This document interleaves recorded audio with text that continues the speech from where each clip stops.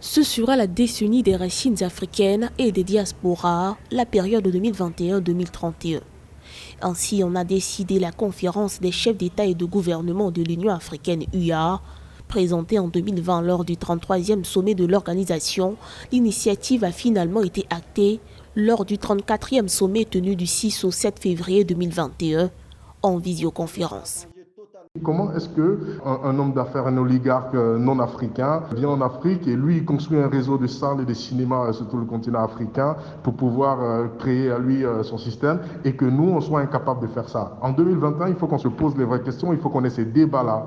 Pourquoi on est incapable de créer nous des salles de sorte à ce que, je sais pas moi, un Wizkid, un Davido, un Alpha Blondy, quand il finit son album ou un Fally Ipupa, il finit son album de façon très truc, il puisse faire un circuit panafricain. Les artistes en général, pour revenir spécifiquement à eux, ils sont prêts à faire ça. C'est nous qui ne sommes pas encore prêts, c'est les politiques qui ne sont pas prêts, les artistes sont prêts à accompagner, d'ailleurs ils ne les attendent pas pour pouvoir faire des choses.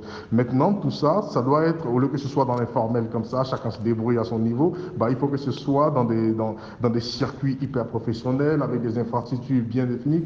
La décennie des racines africaines et des diasporas s'inspire du modèle togolais. En 2018, le Togo a lancé une feuille de route visant à assurer une meilleure organisation de sa diaspora en vue de réussir son plan de développement.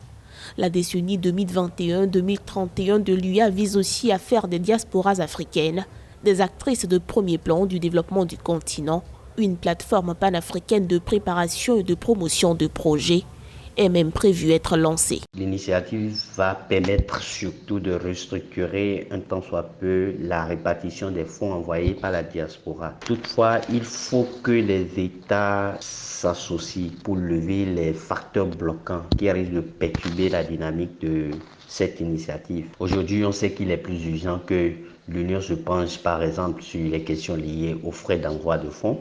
Le Togo devait accueillir le premier forum économique des diasporas africaines en 2020, mais l'événement a été reporté en raison de la pandémie. Ce forum attend plus de 2000 personnes, décideurs, leaders et influenceurs issus du continent.